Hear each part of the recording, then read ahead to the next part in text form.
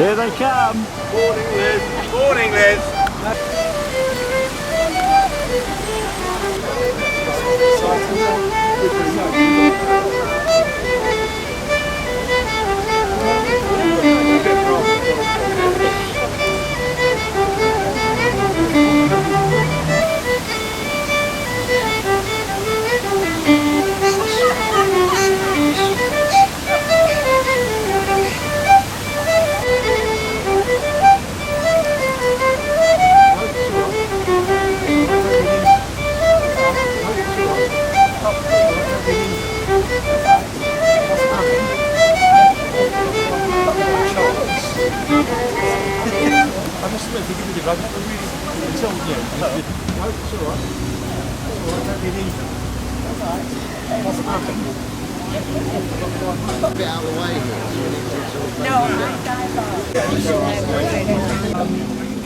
I'd just like to thank all our guests.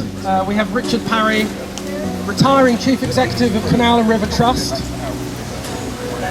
and our local MP, Gagan Mahindra, who've come here to help us celebrate this occasion. So this is 25 years since Rogers returned to the water after its restoration.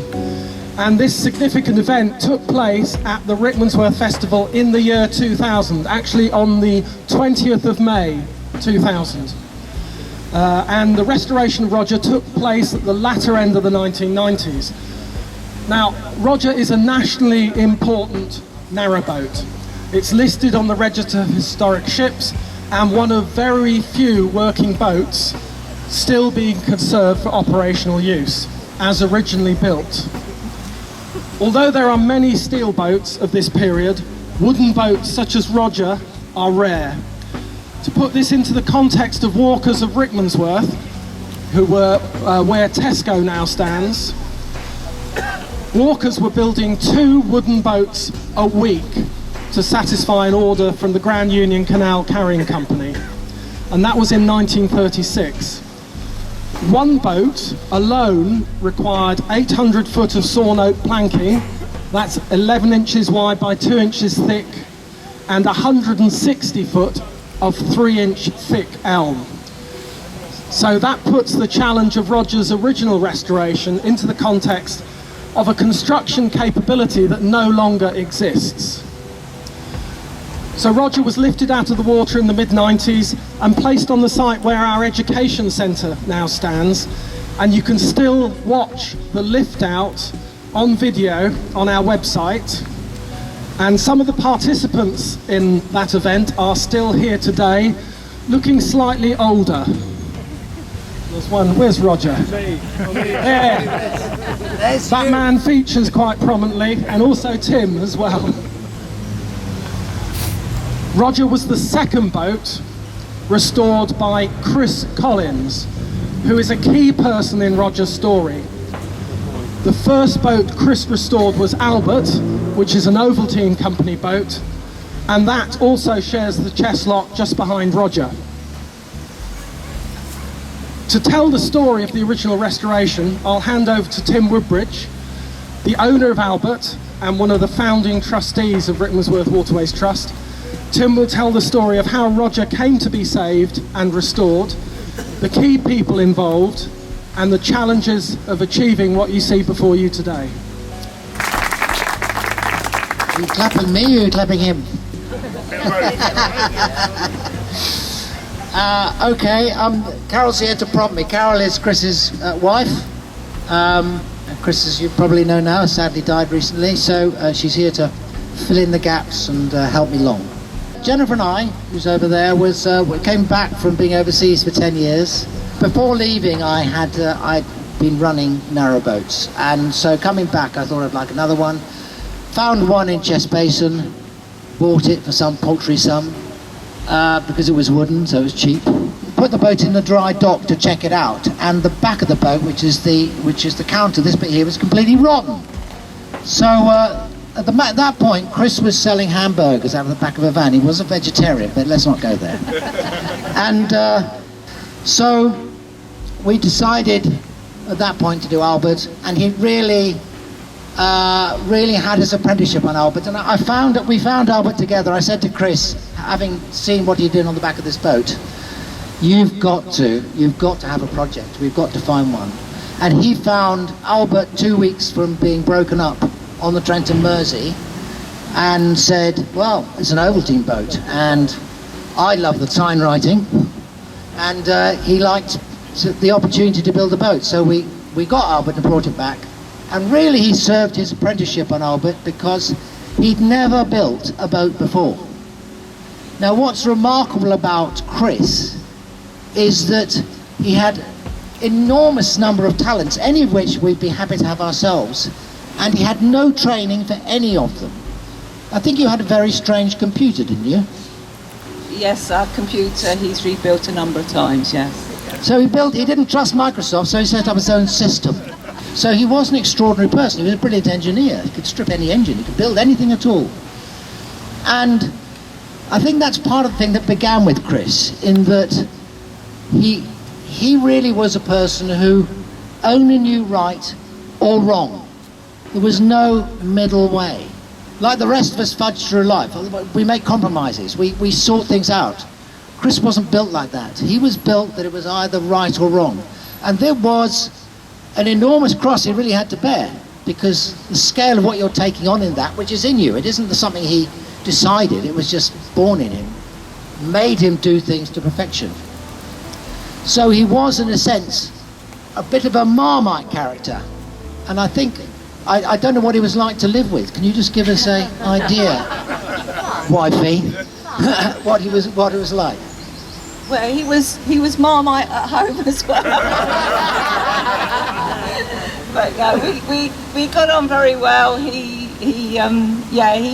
he wouldn't do anything. He wouldn't bodge anything. So no, if he couldn't do it 100%, it didn't get done. In terms of Roger, we came to a point where we brought Roger out of the water and made him an exhibition with Thelma Golden, who really dressed up Roger and made it a nice thing. We got other people. We got the Burger Bar from Watford Football Club and turned it into a tiny little exhibition centre. And the boat stood there for 2 or 3 years, and people came and went. And then we thought, we've got to do something. Albert, by this time, had been finished, and the millennium was coming, so there was money around for projects. So we thought, well, maybe this is an opportunity. And Chris actually said, well, in his own casual way, mentioned it 3 years later, well, you know, Roger, it will be the last working wooden boat. It's the last one to work, let alone the family and all that. The boat itself was the last one to work. So he said, maybe we can get it out. So we lifted it out, we put it on the bank. We brought in the trees to Chris this time, and he spent 2 years making it. As you will see, if you watch the tape and the slideshow, you'll see the complexity of the knowledge of wood and the knowledge of widths of woods and planks, because building a wooden boat, you have to get planks, trees of certain sizes, to be able to make the planks out of those trees. And they need to be long planks too, otherwise you've got to have lots of joints. So there's lots of complications in that process that Chris overcame during that period. And we relaunched the boat in 2001. We were a gang of, I don't know, 5 hopeless characters apart from David. We must have looked at one side and think, these guys are useless, honestly. But so yeah, but he was you were starting the festival, and then we got all that going and relaunched Albert, relaunched Roger, and David has then taken this on to this wonderful organisation you've got today, which is fantastic. And I think I'm going to give you a cheer. So well done, everybody. You've done a brilliant job for all the volunteers. You're fantastic. So that's really, I think, the summary of, I think, everything I have to say. Have you got anything else you want to say here? No, I haven't. Yes, the restoration, purchase the restoration back there, and also there is a film of the restoration in the narrowboat, Albert afterwards. Thank you, Tim. Oh, sorry, one more thing. Sorry, one more thing, I forgot this. Sorry, just to encapsulate the genius of Chris, because he was extraordinary. This is the boat that Carol lives in now. This is her home, just around the corner. Right? That's the home. he had an amazing ability to conceptualize something in his mind and realize it completely with very little help. So somewhere, Carol, you will have a big folder of designs and things for that boat, because it's clearly very complex. So could you show us the folder you have? That's the only drawing for that boat. It's fabricated out of steel. So he was able to conceptualize something and to intellectually see it through to its end completely without any paper, any drawings, any pencils. And that gives you a scale of his extraordinary ability. Thank you, Tim. So a little bit about Roger today. So we're presenting Roger as a wooden boat in full working order, which is important. And it's historic on several counts. It's one of the last few wooden canal boats left in working order. It's the last example of a Bushell Brothers boat.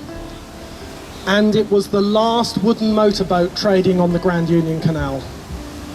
It was built by Bushell Brothers at their yard on the Wendover Arm near Tring, late in 1935, for the Aylesbury coal merchant and canal carrier Arthur Harvey Taylor, who you can see is proudly presented on the side of the boat.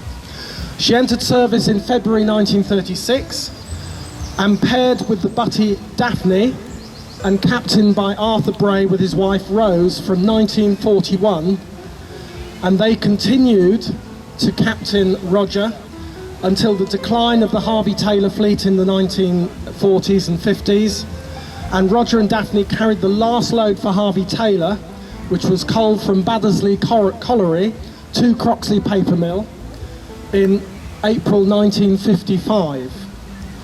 The boat then passed with its crew to Samuel Barlow Coal Company, where the Butty Daphne, built in 1930, was replaced by Raymond, that was newly built. And Raymond is based up at Braunston, and that was the last wooden working boat built in England.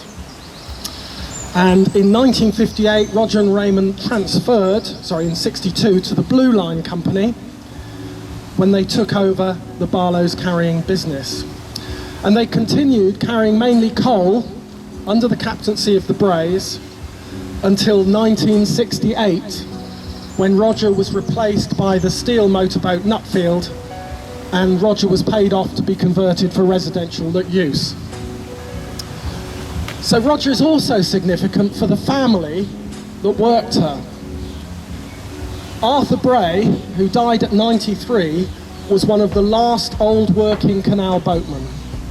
He was the head of one of three families from Braunston who worked together the last fleet of 6 paired boats, carrying cargoes under regular contract.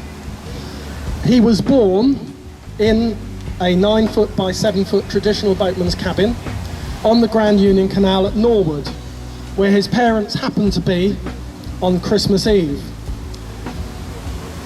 This place of birth was recorded on his birth certificate, and as his parents couldn't read and write, his birth certificate records X as the mark of his mother, Sarah Ann Bray. Now Arthur, like his parents, never spent a day in school, but in common with his other fellow boatmen, was fluent in weights of loads and the use of money, so he knew what he needed to do to work commercial boats.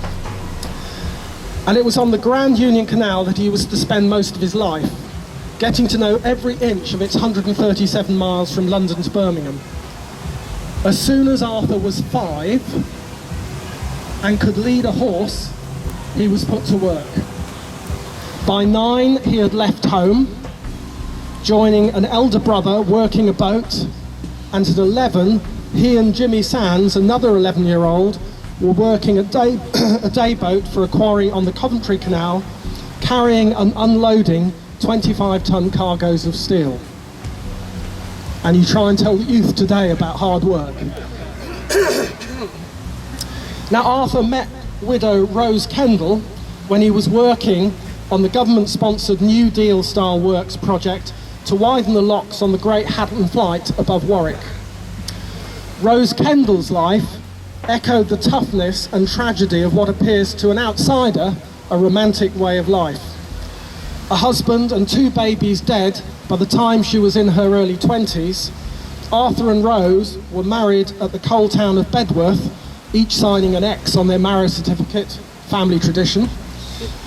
Rose's father, Charlie Ward, gave them a dowry of a horseboat. Together with Rose's surviving son Ernie, the 3 of them began a new life carrying goods from Brentford docks, and the 3 of them to work as a trio for the next 37 years until the very end of the trade. The 1930s saw increasing use of workboats with engines, either converted horse-drawn boats or newly built ones, and the Brays, whose boat was now disintegrating, went over to work on Roger for the Harvey Taylor fleet at Aylesbury. They continued right through the Second World War, as boatmen were exempt from call-up. Cargoes even included prefabricated houses, some of which still stand in Coventry. And whilst their boats were never damaged, they witnessed bombing raids when loading in London docks. Now, during the war, the canal saw a mini renaissance of activity, but the years of decline soon returned. And in 1955, Harvey Taylor was sold to Samuel Barlow. But it was the winter of 1962, which was the final killer. The canals were frozen up for 12 weeks. And so Samuel Barlow, who also operated a lorry fleet, sold up its remaining boats to Blue Line carriers. And these were the most tragic days of the canals. To remain competitive, the rates were very low and boatmen only paid for delivered loads.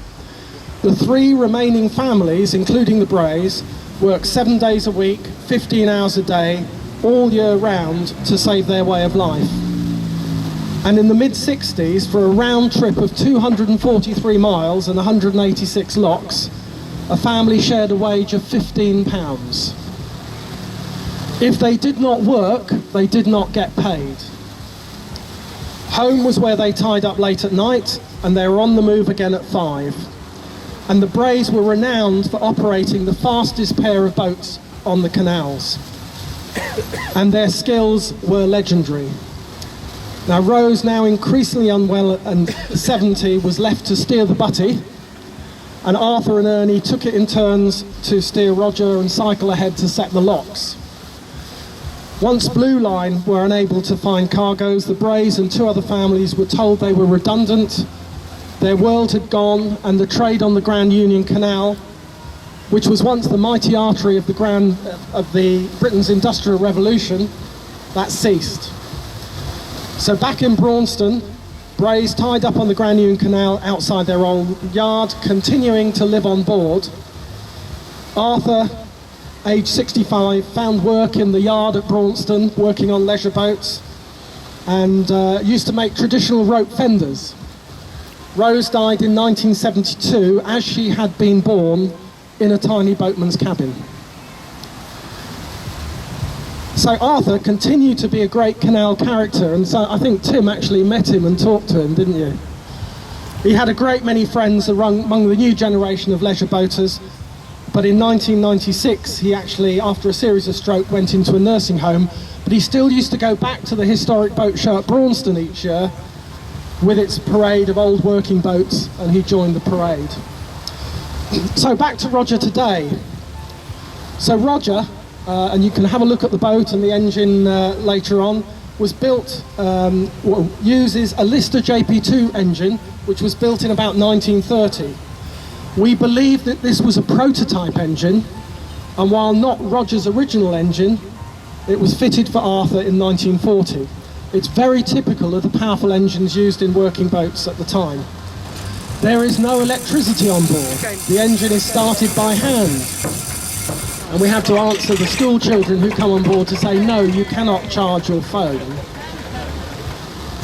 The cabin, which you will see during this weekend, has a coal-burning range, and the table and bed cupboards, so typical of a working narrowboat. And Roger's cabin was completely restored in the traditional style by Beverley Clark, who's painting narrowboat wear in the hold of Roger. That was repainted in the spring of 2011. Today, Roger forms a fundamental part of our education work. About 1,000 school children a year participate in learning at the lock, and as part of a full day of educational activities, they visit the cabin to see how families lived and worked on the canals. We've recently started doing heritage narrowboat experiences where adult groups such as U3A or history groups get to learn about Roger, get to see inside the cabin, and also experience a trip on the historic boat.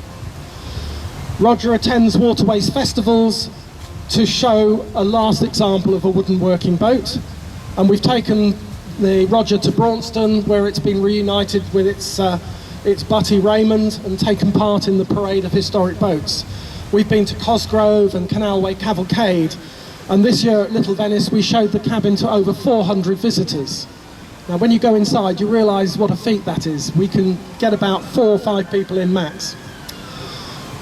Our volunteers work throughout the year to keep Roger in good condition. They work on maintaining the engine, maintaining and presenting the cabin decorations, repainting, retouching the external paintwork.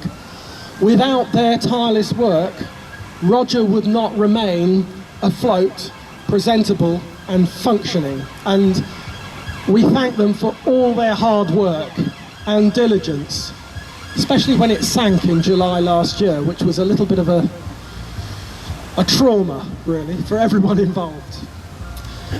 However, it is beyond the Trust capability to do major work on the fabric of the boat, and for that we employ the services of Bates Boatyard up at Tring, and the proprietor, Jem Bates, raise your hat, Jem, is in our audience today. Under the original leadership of Fabian Hiscock, who's also here. Where's Fabian? He's over there as well. We assembled a conservation management plan that has a 10-year rolling look ahead to look at the maintenance required for the continued conservation. And Roger is dry docked every 2 years, and at a minimum recaulked, blacked, and any remedial timber work is done. Since Roger is ballasted with about 8 tons of steel to prevent it hogging, we have to remove and replace all that by hand before and after docking every 2 years, which is a task our volunteers relish. I thought you did. Currently, we're undergoing a plan to replace some of the key timbers in the boat, which are now starting to deteriorate. And this includes a large section of the keelson, which is the spine of the boat. Several years ago, we bought an oak tree, which is what you do, which is much cheaper than buying seasoned planked oak. And we understand Jem has still got it up in his yard, and he's seasoning it for us. He hasn't sold it to anyone else yet. We hope.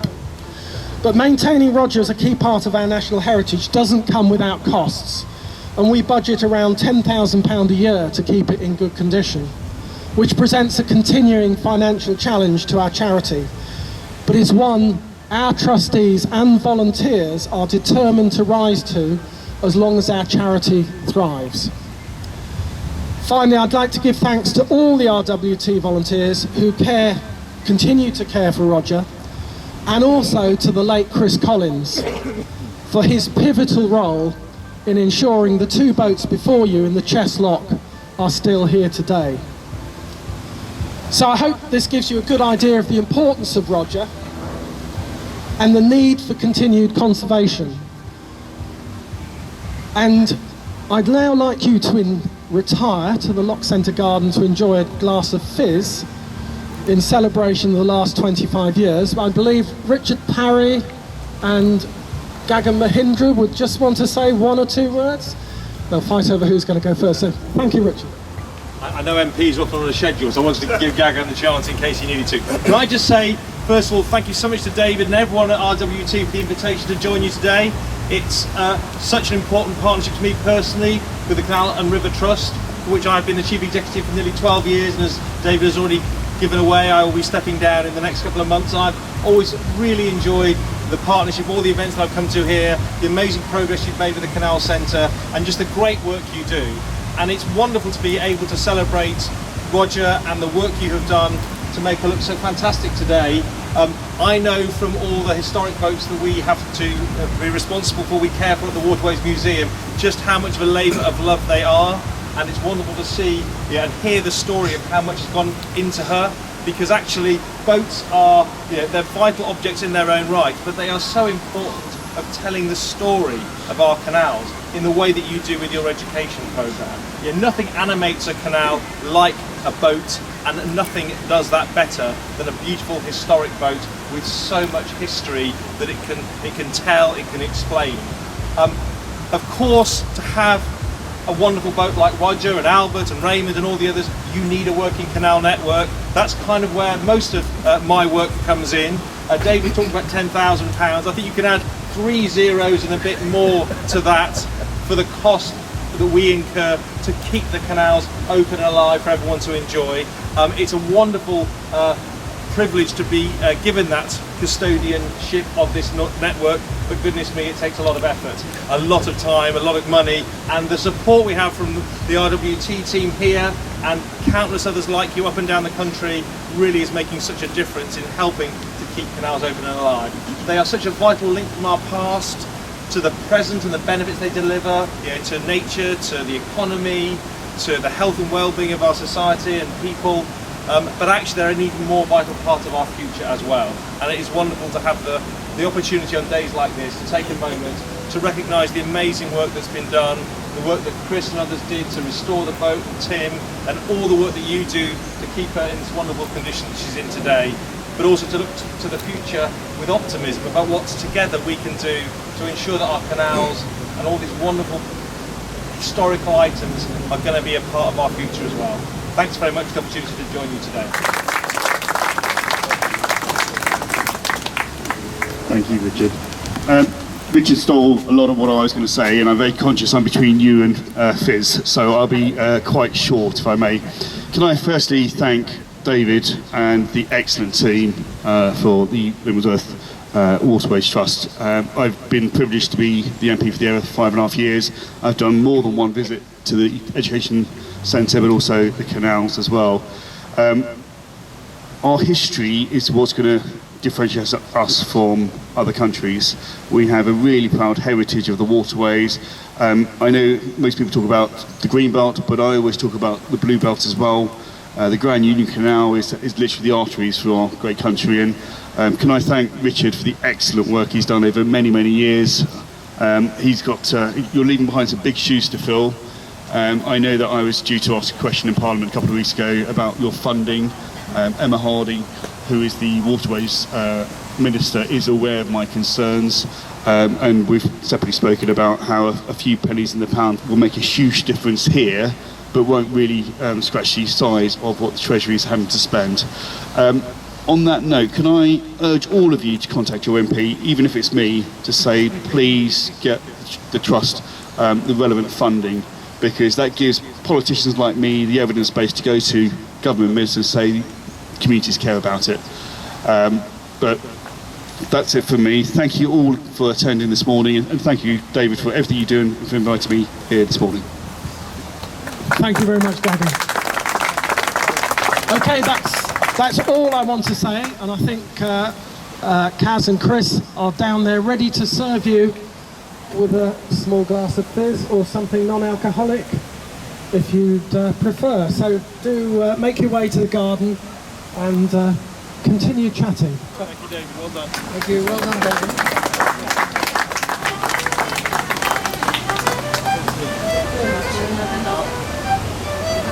Charles, you're extremely well done. Yeah, thank you.